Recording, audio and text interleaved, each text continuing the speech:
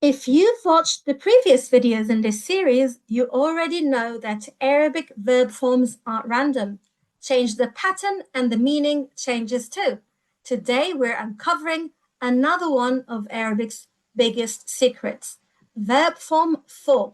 Let's see if you can spot the pattern before I reveal it. Let's start with a simple verb that most Arabic learners already know. خرج.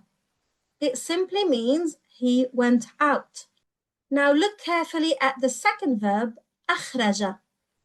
We only added one letter, the همزة القطع, at the beginning. Before I tell you what it means, can you guess? What changed?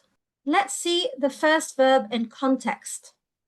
خرج الرجل من المتجر. The man left the shop. Nice and simple.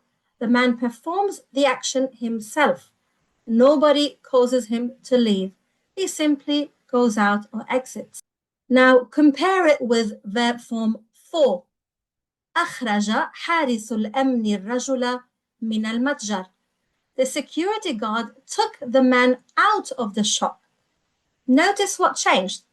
The man is still leaving, but now someone else causes the action to happen. The security guard makes him go out. That's one of the most common ideas behind verb form 4. It often turns the basic action into causing someone or something else to do that action. Here's another example. دخل means to enter. Now compare it with the second verb, أدخل.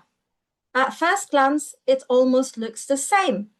We've only added همزة القطع at the beginning, but that tiny addition changes the meaning in a very interesting way. Before we reveal it, what do you think has happened? Let's put the first verb into a real sentence. دخل الطلاب الصف. The students entered the classroom. Simple enough. The students enter the classroom on their own. Nobody is making them enter or do the action. They simply walk into the classroom. Now compare it with verb form 4. أدخل المعلم الطلاب إلى الصف. The teacher brought the students into the classroom. The students still enter the classroom, but this time someone causes that action to happen. The teacher is the one making them enter. Once again, form 4 changes the basic action into causing someone else to perform that action. That's one of the most common ideas behind verb form 4. It often turns the basic action into causing someone else or something else to do that action. Now let's try one more. On the left, we have جلس, to sit, a simple action. Someone sits down by themselves.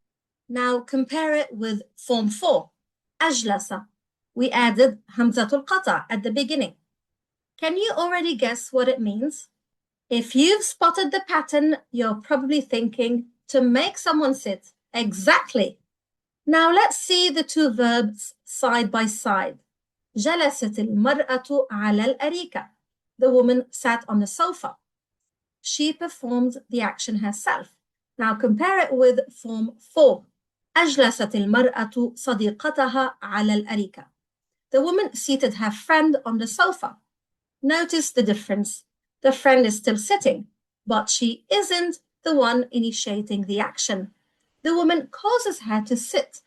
Once again, form 4 changes the basic action into causing someone else to perform it. And now a final challenge. Based on what you've learned, can you guess the meaning of سمع versus أسمع? Does أسمع mean he heard carefully? He made someone hear or let someone hear, or he heard together with someone. Remember, Arabic verb forms follow recognizable patterns. These patterns won't tell you the exact meaning of every verb, but they'll often give you a good clue and make new vocabulary much easier to learn and remember. Thanks for watching. If you've enjoyed this lesson, don't forget to like, subscribe, and turn on notifications so you don't miss the next video in this series. Happy learning, and I'll see you in the next lesson. إلى اللقاء ومع السلامة.